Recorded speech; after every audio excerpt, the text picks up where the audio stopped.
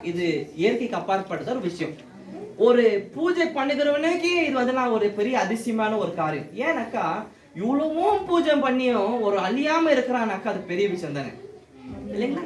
அதுதான் நம்மளுடைய தேவன் சொல்லி நாம் பார்ப்போம். இது நடந்து கொண்டே இருந்தது. இப்போ இவங்க என்ன பண்ணாங்கன்னு சொன்னா, அந்த பாஸ்டர் கூப்பிட்டு ஜெபம் பண்ணாங்க. அந்த ஜெபம் கேட்டுப்பட்டு அவங்க என்ன பண்றாங்கன்னா ரட்சிக்கப்பட்டாங்க.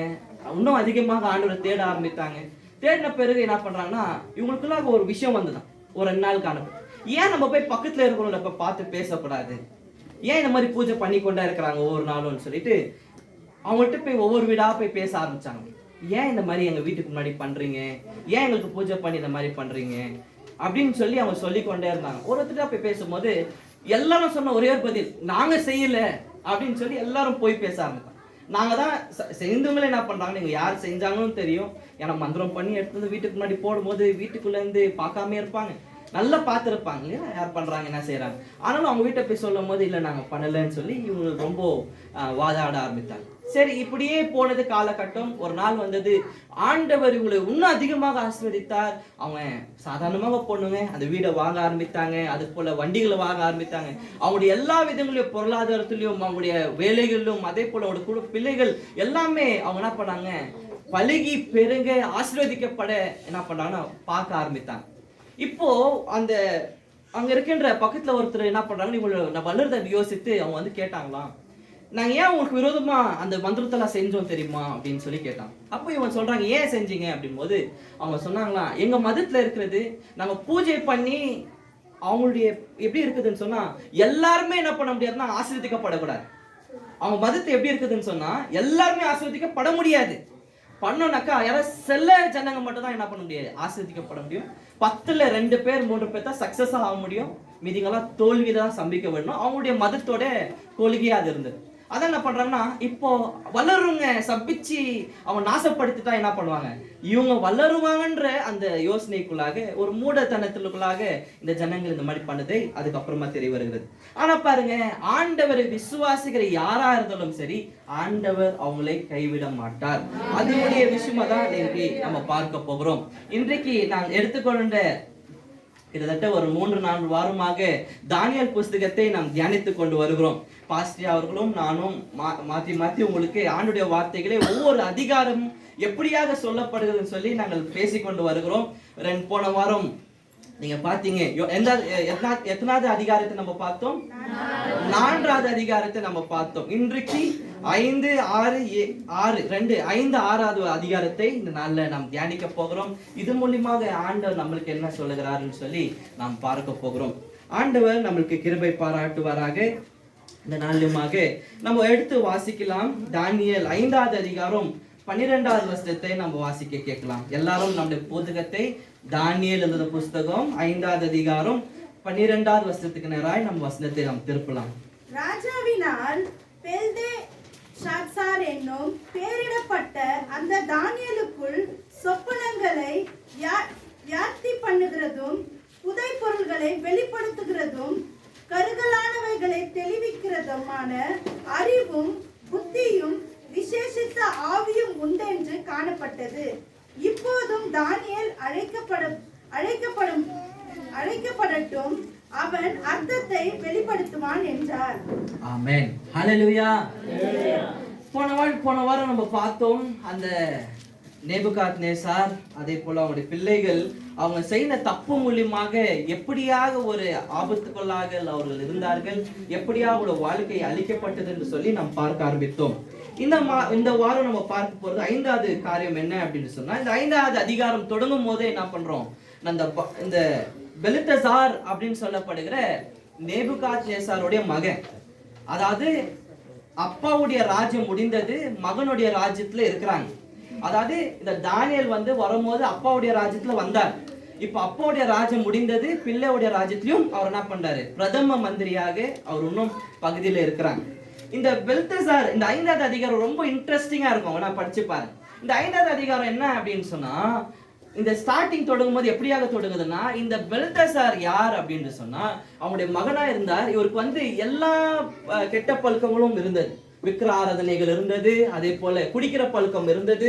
அவங்க அதிகமான மனைவிகள் வைத்திருந்தார்கள். அதே போல மனைவிக்கும் அது கூட இருக்கிற குக்கெபாயின்ஸ் சொல்றாங்க இல்லைங்களா, அவங்க இருந்தாங்க. நிறைய பேர் இருக்க ஆரம்பித்தாங்க.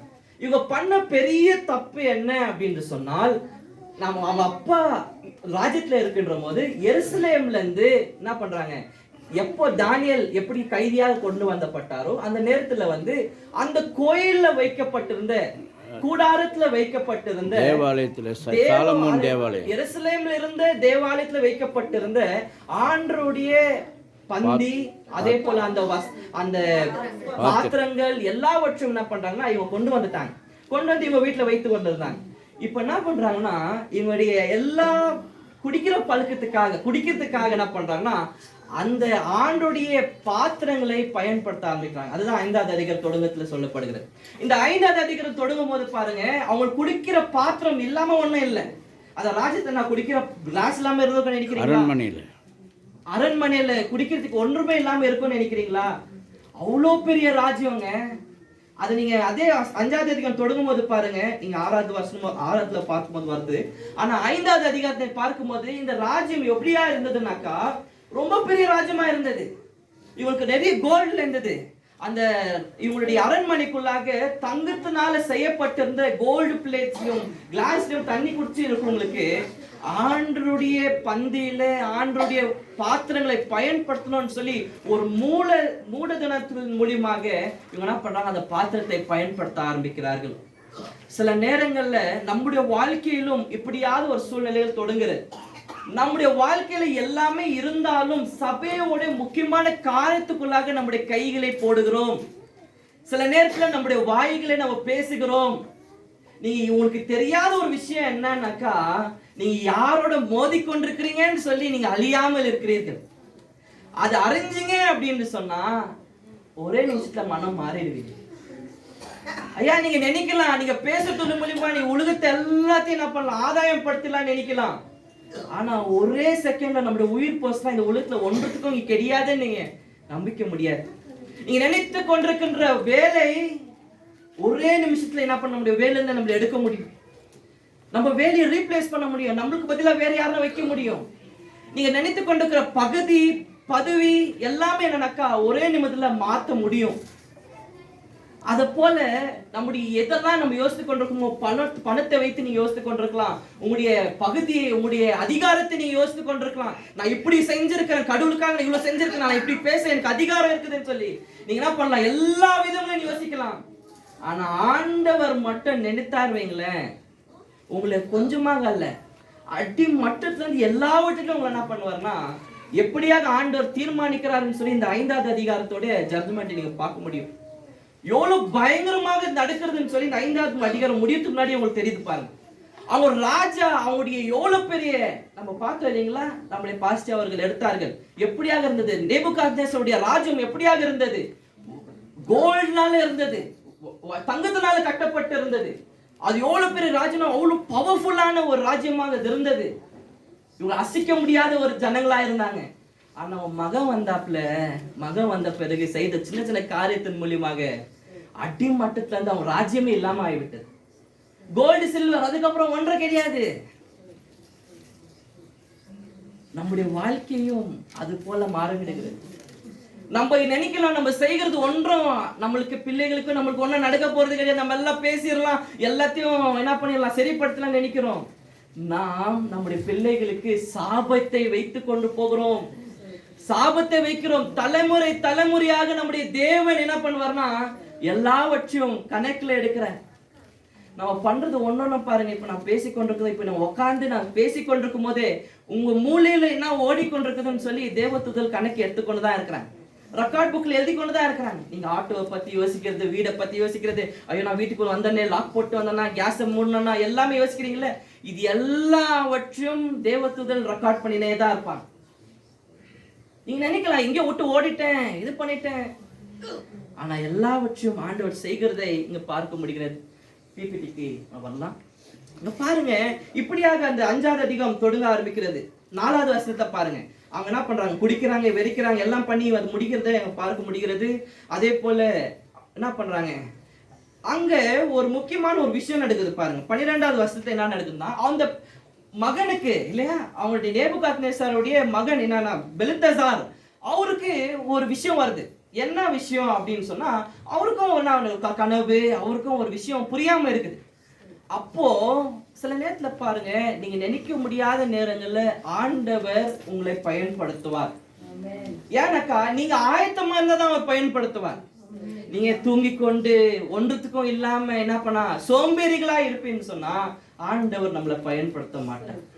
நீ நினைக்கலாங்க, சபைக்கு தான் நான் இவ்வளவு நாள் வரனே, இவ்வளவுதான் நான் பண்றேனே நினைக்கலாம். சபைக்கு வந்தாலும் உங்களுடைய மனது மாறாவிட்டால், சபைக்கு வந்து நீங்க ஆண்டவரை தேடாவிட்டால், பேருக்கு நீங்க வந்து சபையில உட்கார்ந்துட்டு சூடு பண்ணிட்டு சேர சூடு பண்ணிட்டு போனாக்கா பரலோகத்துக்கு நீங்க வர முடியாது. வெறும் வந்துட்டு ஐயோ வரலனா கேக்குறாங்களே அப்படின்றதுக்காக வந்து போறது கிடையாதுங்க. உங்களுடைய மனசு மாறி இருக்குதா? உங்க இதயம் மாறப்பட்டு இருக்கிறதா? ஆண்டவர் உங்கள்கிட்ட பேசினாரா? அவங்க பாரு எவ்வளவு நல்லா துணி போட்டிருக்காங்க, அவங்க பாரு இப்படி பேசுனாங்க, அவங்க பாரு இப்படி பண்றாங்க, அவங்க பாரு அப்படி அவங்கள அடிக்கிறாங்க பாரு அப்படின்னு சொல்லி மத்தவங்களை தீர்மானிக்கிறதோட நம்ம பரலோகத்துக்கு போறோமான்னு பாருங்க. நம்ம ஆத்மா பரலோகத்துக்கு போதா பாருங்க இல்லையா? நம்ம ஆண்டவர்களை எப்படியா நம்ம இருக்கிறோம்னு சொல்லி இந்த வசனத்துல நான் சொல்றேன். நான் பேசுறது எதுவுமே நான் என்னுடைய சித்தத்தில் பேசல, வசனம் ஆதாரத்தை தான் பேசுறேன். என்னை போகும்போது என்னை தயவு செஞ்சு உயிரோட விட்டுருங்க. கல்லு தான் வேணும்னா கேளுங்க, கீழே கல்லெல்லாம் இருக்கு. இப்படியாக ஒரு வசனத்தை நம்ம பார்த்து கொண்டிருக்கோம். என்னன்னாக்கா இந்த தானியேல் யார் என்பதை அந்த ராஜ்யத்தில் இருந்து எல்லாருக்குமே தெரிஞ்சிருந்தது. ஆனா ஒரு சூழ்நிலை வந்திருந்தாலும் சரி, நம்மளுடைய காரியங்கள் வைத்திருந்தாலும் சரி, இங்கிருந்தே சரி நம்மளுக்கு என்ன பண்றாங்கன்னா ஒரு காரியத்தை அவங்க சொல்றாங்க. என்ன சொல்றாங்கன்னா, அங்க பாருங்க, அங்க கூட இருந்த ஒரு மனைவி என்ன சொல்றாங்கன்னா, இப்ப வசனத்தை நம்ம வாசித்தோம் இல்லைங்களா, ஏன் உனக்கு தெரியாதா நம்ம ராஜ்யத்துல ஒருத்தர் இருக்கிறது தெரியாதா? அந்த வசனத்தை படிங்க பார்க்கலாம். 12வது வசனத்தை படிங்க. ராஜாவினால் பெல்சாஸ்தார் என்னும் பெயரிடப்பட்ட அந்த தானியேலுக்கு சொப்பனங்களையும் வியாக்கியானம் பண்ணுகிறதும் புஸ்தக பொருள்களை புதை பொருள்களை வெளிப்படுத்துகிறதும் கருக்கலானவைகளை தெளிவிக்கிறதுமான அறிவும் புத்தியும் விசேஷித்த ஆவியும் உண்டென்று காணப்பட்டது. இப்போதும் தானியேல் அழைக்கப்படட்டும், அவன் அர்த்தத்தை வெளி